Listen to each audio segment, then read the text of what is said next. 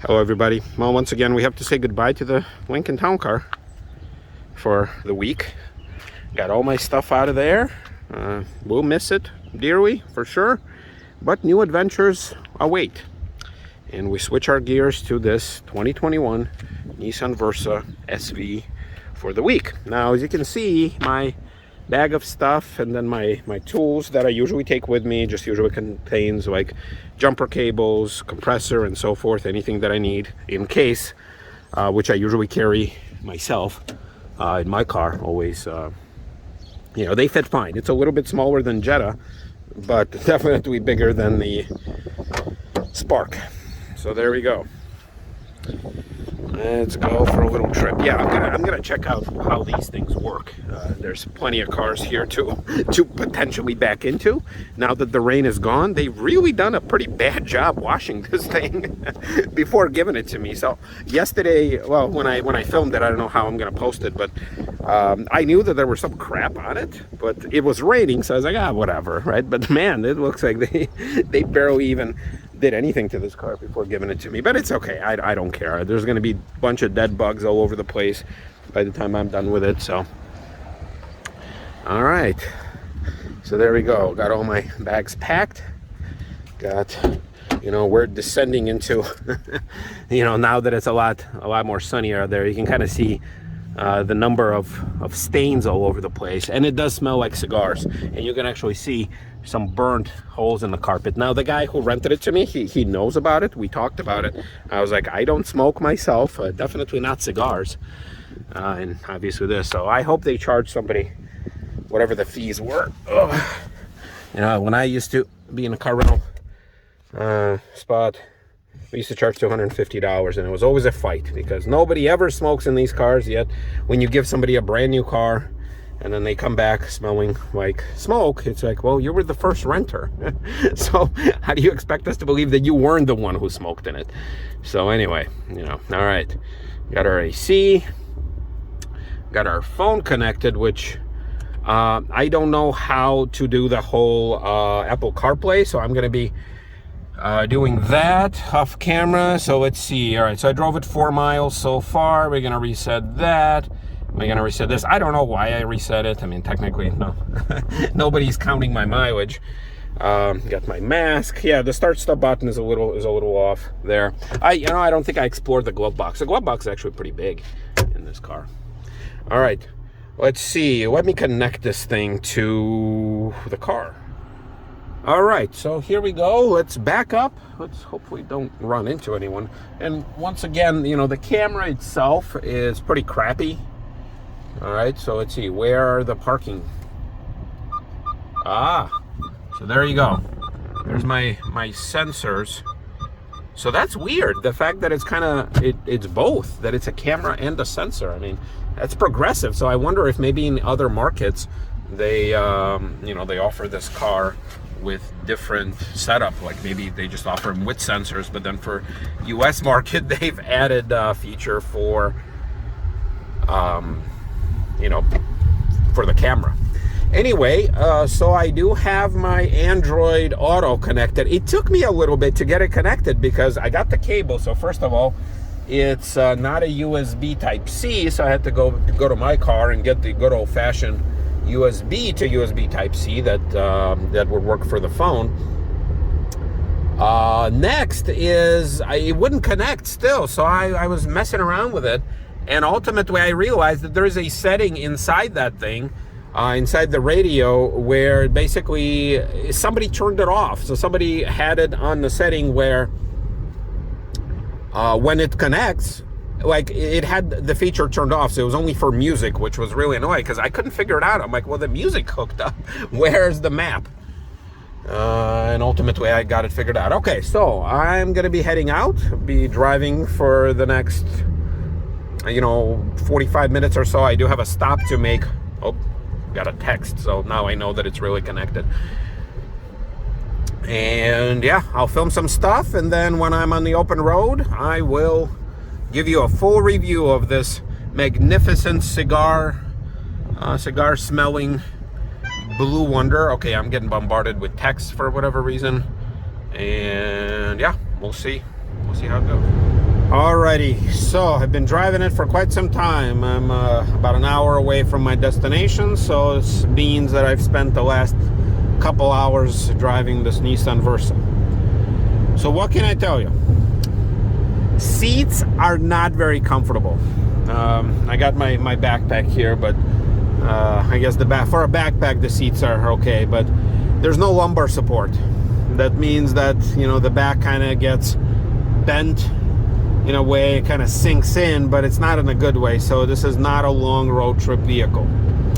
So that's first of all. If it had lumbar, or if it had more supportive seats, they would have been much better. Second, all these features, the safety features, I mean, some of them are good, like the blind spot monitoring that lights up there. Okay, that's pretty good. And also, it doesn't just light up, it also beeps. So if you do try, if it senses that you're getting close, it will actually start beeping. But otherwise, if you're just driving and there's a car in a blind spot, it'll just light up. It does have the lane departure warning system that will basically trigger anytime you change lanes without signaling. And what it does, it doesn't beep, but it vibrates the steering wheel, this very racy, flat bottom steering wheel that makes it feel like you're hitting the rumble strip. So, okay, I never drove a car with this feature before, where it would actually be active. If it was my car, which I don't think it ever will be, I'm not the type of person who would buy a car like this. Again, you know, a former 2003 Nissan Sentra owner here, I would have just turned it off because it's annoying. I mean, yeah, I do signal, but it vibrates quite often. Sometimes when you just get close to the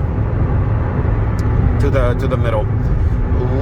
So I've been using on the highway, I've been using the sport feature to make this a little bit sportier than it is. So I've hit this very hidden button there on the shifter. So that's hence the S. And basically what it does, because it's a CVT, oh yeah, here you see it just activated. It raises the RPMs.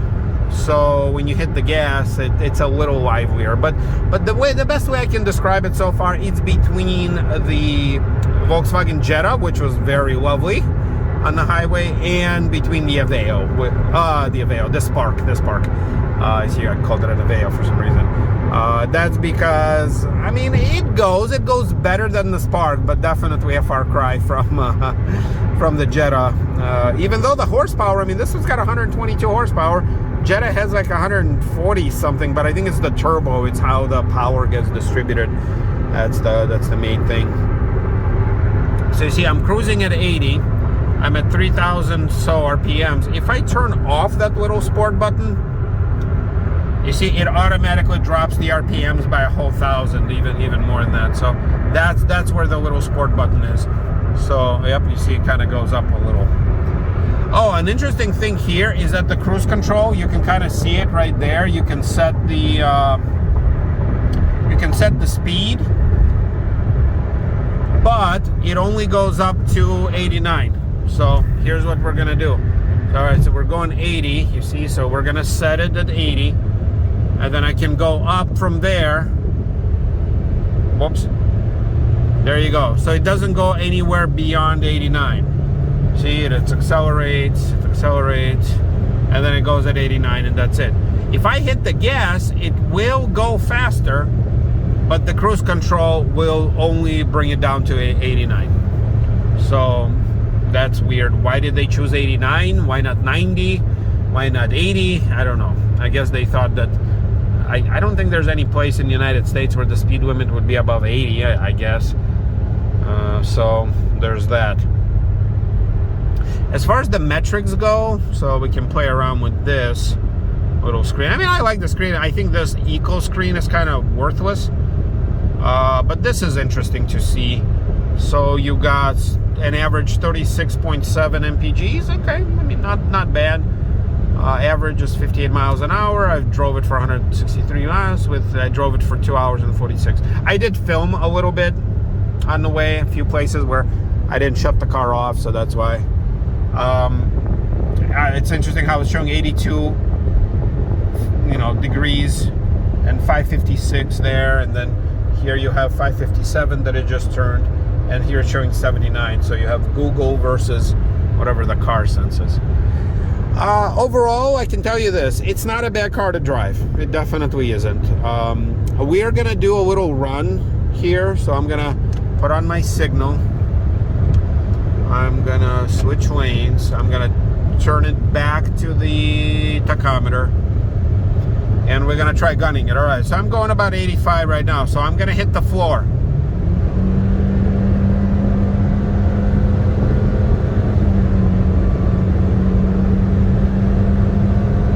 Yeah, it really can't go above 100. It really can't. And don't worry, folks, I'm watching the road.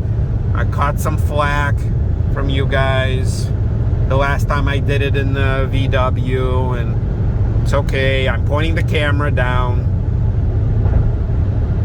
So, and I'm watching the road. I'm not gonna hit anything. Yeah, so.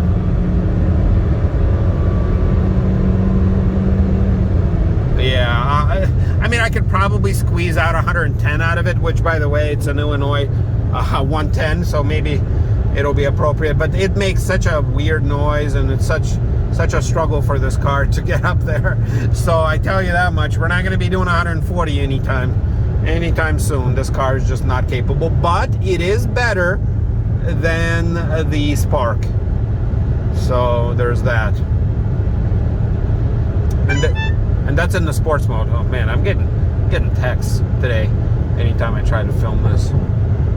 So, all right, looks like we'll be hitting some construction. So, although those signs were folded, so there doesn't seem to be any construction. Look at the sky. The sky is beautiful. Yep, so this is the Nissan Versa for you. Yeah, pretty good car overall. Yeah, some cheapness. The one thing that's killing me the most, the absolute worst, is that there is no armrest. It's just killing me. That and the back. So I do have a cup holder, which is way back here. That's where my phone holder is, that I take out of my car. But overall, it's... yeah, okay. So we're passing. All right, here you go. The last one. Yeah, so lack of armrest.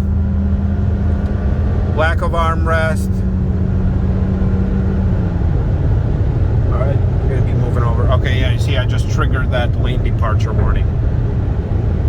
Yeah, okay. Anyway, lack of armrest. This armrest kind of sucks too, right here, because it's way too low. So the only place for me is the steering wheel, the flat bottom steering wheel, which I wish they would have spent less money on that. This fake carbon fiber, these extremely fake stitching that I've mentioned in the review of this car, they should have just spent it in the places where you're gonna carry the most. Also, no storage. I didn't realize that when I filmed this. No sunglasses holder. You have a little cubby there, which I guess, well, I'm wearing my sunglasses now, but I guess that's where the sunglasses will go. And then also a little bottle holder here. So yeah, that's about it.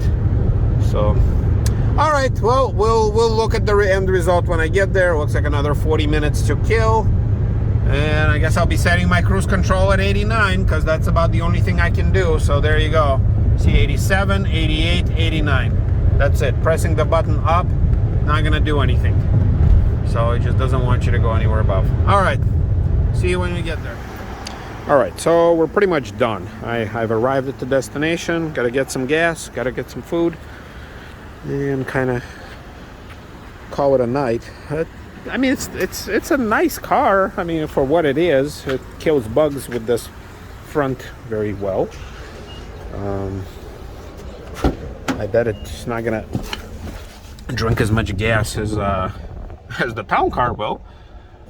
But here's where we are. All right, so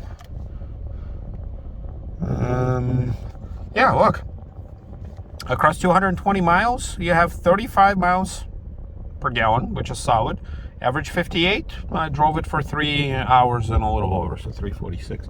Yeah, and it just drank, I don't know if you can see that, 26.69 worth of gas doing it. So Not bad at all. Now, this one last thing that I wanted to talk about. This screen does get washed off in sunlight because it's kind of tilted up. Like, there's no way to tilt it down. And I cranked everything on the highest settings as far as like the contrast and brightness goes. It's sometimes, like now it's getting a little darker outside, so it's okay. But you know, overall, it's you know, it has some negative stuff, but I would take this over the Spark for sure. The seats are not too comfy, but neither was the Spark. But the Jetta wins for now. So, all right, everybody, I'll post some other stuff about it. But in the meantime, we'll see you next time. And I will take my town car some other trip. I will definitely do that. All right, see ya.